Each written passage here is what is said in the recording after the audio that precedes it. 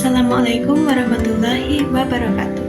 Halo semuanya, perkenalkan nama saya Via Fibrianti dengan NIM 232180171. Saya berasal dari program studi pendidikan guru sekolah dasar Fakultas Keguruan dan Ilmu Pendidikan Universitas Muhammadiyah Purworejo. Di sini saya akan memaparkan materi mengenai perkembangan peserta didik sekolah dasar dengan mata kuliah Psikologi Pendidikan dan dosen pengampu Bapak Suyoto MPD. Untuk itu, jangan lupa simak materinya dengan baik ya teman-teman. Nah, baik, pertama-tama saya akan menyampaikan apa itu perkembangan peserta didik. Jadi, perkembangan merupakan proses perubahan kualitatif yang mengacu pada mutu fungsi organ-organ jasmaniah, bukan hanya perubahan organ-organ jasmaniahnya saja. Kemudian, dalam kaitannya dengan peserta didik, perkembangan peserta didik merupakan perubahan yang progresif dan kontinu atau berkesinambungan untuk menjadi lebih sempurna, yaitu mencapai kematangan dan pengalaman melalui interaksi dengan lingkungan pendidikan. Selanjutnya kita akan membahas tentang perkembangan individu pada peserta didik. Nah, untuk perkembangan individu sendiri itu merupakan pola gerakan atau perubahan yang secara dinamis dimulai dari pembahasan atau konsepsi dan terus berlangsung sepanjang siklus kehidupan manusia yang terjadi akibat dari kematangan dan pengalaman. Nah, pada perkembangan individu ini ada dua proses yang bertentangan nih teman-teman, yaitu proses evolusi atau pertumbuhan dan proses inovasi atau kemunduran. Nah, kemudian ada juga perubahan dalam perkembangan individu nih teman-teman. Perubahan dalam perkembangan individu itu apa sih? Jadi, perubahan dalam perkembangan individu merupakan hasil proses biologis, kognitif, dan sosio-emosional yang saling berkaitan. Nah, selanjutnya kita akan membahas tentang istilah yang sering digunakan dalam pengkajian perkembangan individu nih teman-teman. Kalau teman-teman di sini ingin tahu apa saja istilah yang sering digunakan dalam pengkajian perkembangan individu, jangan lupa simak materinya baik-baik ya, karena kita akan mengupas materinya lebih lanjut. Jadi, istilah yang sering digunakan dalam pengkajian perkembangan individu itu ada dua nih teman-teman. Yang pertama ada pertumbuhan atau growth, di mana istilah ini cenderung bersifat kuantitatif dan berkaitan dengan aspek fisik. Contohnya ukuran berat badan dan tinggi badan. Kemudian yang kedua ada perkembangan atau development, di mana istilah ini cenderung lebih bersifat kualitatif, berkaitan dengan pematangan fungsi organ individu. Contohnya bertambahnya kemampuan dalam struktur dan fungsi tubuh yang lebih kompleks dalam pola yang teratur. Misalnya perkembangan bahasa, emosi, intelektual, dan perilaku. Nah, dalam mempelajari perkembangan peserta didik ini tentunya ada manfaatnya teman-teman. Manfaat bagi seorang pendidik sendiri yaitu dapat memberikan gambaran tentang perkembangan manusia sepanjang rentang kehidupan beserta faktor-faktor yang mempengaruhinya, yang meliputi aspek fisik, intelektual, emosi, sosial, dan moral, serta dapat memberikan gambaran tentang bagaimana proses pembelajaran yang tepat dan sesuai tahapan perkembangan peserta didik. Selain itu, perkembangan peserta didik juga memberikan manfaat bagi seorang peserta didiknya sendiri, yaitu dapat memberikan pengetahuan tentang konsep-konsep perkembangan peserta didik sebagai individu maupun makhluk sosial dalam menjalani tahapan perkembangan dari rental hingga lanjut usia, dan mampu menerapkan pengetahuan yang dimiliki dalam proses pembelajaran sesuai dengan tahapan perkembangan. Nah, selanjutnya kita akan membahas tugas-tugas perkembangan siswa sekolah dasar itu apa aja sih? Yang pertama yaitu belajar keterampilan fisik yang diperlukan untuk bermain. Yang kedua yaitu sebagai makhluk yang sedang tumbuh mengembangkan sikap yang sehat dengan teman sebaya. Yang ketiga yaitu belajar bergaul dengan teman sebaya.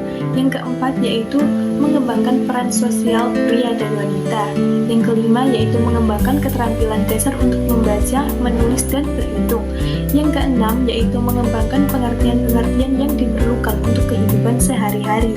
Yang ketujuh yaitu mengembangkan sikap terhadap kelompok sosial, dan lembaga yang terakhir yaitu mencapai kebebasan pribadi. Kemudian kita akan membahas mengenai perkembangan fisik pada anak sekolah dasar itu apa aja. Yang pertama yaitu pertumbuhan fisik cenderung stabil.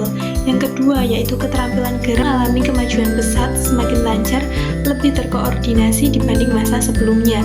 Yang ketiga yaitu gerak dasar merupakan gerak yang dilakukan anak Yang keempat, yaitu anak laki-laki lebih unggul daripada perempuan dalam melakukan aktivitas yang melibatkan otot besar. Yang kelima, yaitu kebutuhan untuk selalu bergerak perlu bagi anak karena untuk menyalurkan energi. Yang terakhir, yaitu adanya perbedaan bentuk fisik dibanding pada masa sebelumnya. Kemudian ada juga perkembangan kognitif pada anak sekolah dasar, yaitu yang pertama, menurut Piaget, anak sekolah dasar termasuk pada masa operasional konkret. Yang kedua, anak berpikir logis terhadap objek yang konkret. Yang ketiga, anak sudah dapat memecahkan masalah yang bersifat konkret. Yang keempat, anak mampu berpikir secara induktif. Yang kelima, memiliki pengertian yang lebih baik tentang konsep ruang, sebab akibat, kategorisasi, konservasi, dan tentang jumlah. Kemudian kita akan membahas tentang perkembangan bahasa pada peserta didik sekolah dasar. Yang pertama, yaitu perubahan perbendaharaan kata. Yang kedua, bersamaan dengan masa sekolah anak-anak semakin banyak menggunakan kata kerja seperti memukul, melempar, menendang, atau menampar. Yang ketiga, anak kelas 1 merespon pertanyaan orang dewasa dengan jawaban yang lebih sederhana dan pendek. Yang keempat, belajar membaca dan menulis membebaskan anak-anak dari keterbatasan untuk berkomunikasi langsung. Yang kelima, menulis lebih sulit daripada membaca. Dan kemudian yang terakhir, membaca berperan penting dalam mengembangkan bahasa. Nah, kemudian kita akan membahas mengenai perkembangan bahasa pada peserta didik sekolah dasar itu apa aja sih? Yang pertama, berbicara merupakan alat komunikasi terpenting. Yang kedua, bertambahnya kosakata. Yang ketiga, anak perempuan lebih banyak berbicara daripada anak laki-laki. Yang keempat, anak belajar bagaimana berbicara dengan baik dalam berkomunikasi dengan orang lain. Nah, selanjutnya kita akan membahas mengenai perkembangan minat membaca pada peserta didik sekolah dasar itu apa saja.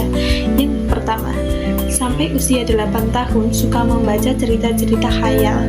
Yang kedua, anak laki-laki lebih suka membaca cerita tentang hal yang sifatnya menggambarkan misterius dan kisah-kisah petualangan, sejarah, hobi, dan sport. Yang ketiga, anak perempuan lebih suka cerita tentang seputar rumah tangga, binatang, puisi, dan sebagainya. Nah, kemudian kita akan membahas mengenai perkembangan moral pada peserta didik sekolah dasar itu apa saja.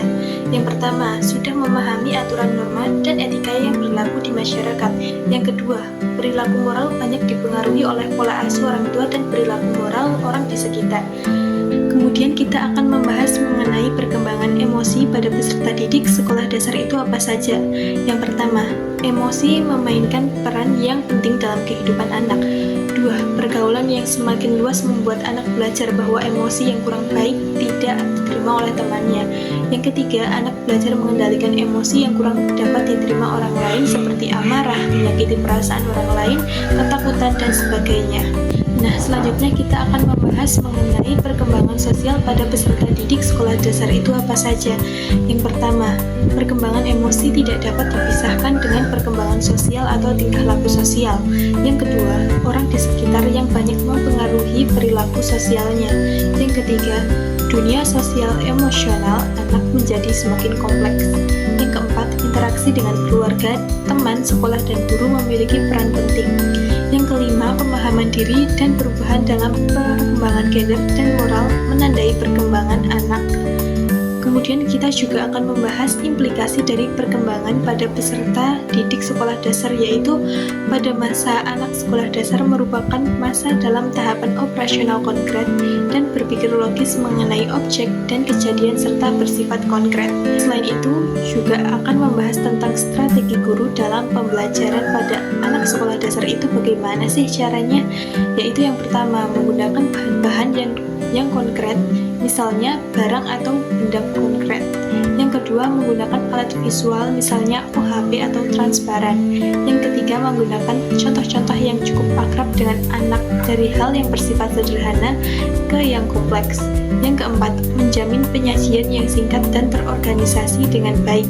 Yang kelima, memberi latihan nyata dalam menganalisis masalah atau kegiatan. Nah, itu tadi adalah pemaparan materi dari saya mengenai materi perkembangan peserta didik sekolah dasar. Semoga apa yang saya sampaikan tadi dapat diterima oleh teman-teman semua. Saya mohon maaf apabila dalam menyampaikan materi masih ada kekurangan dan kesalahan. Wassalamualaikum warahmatullahi wabarakatuh.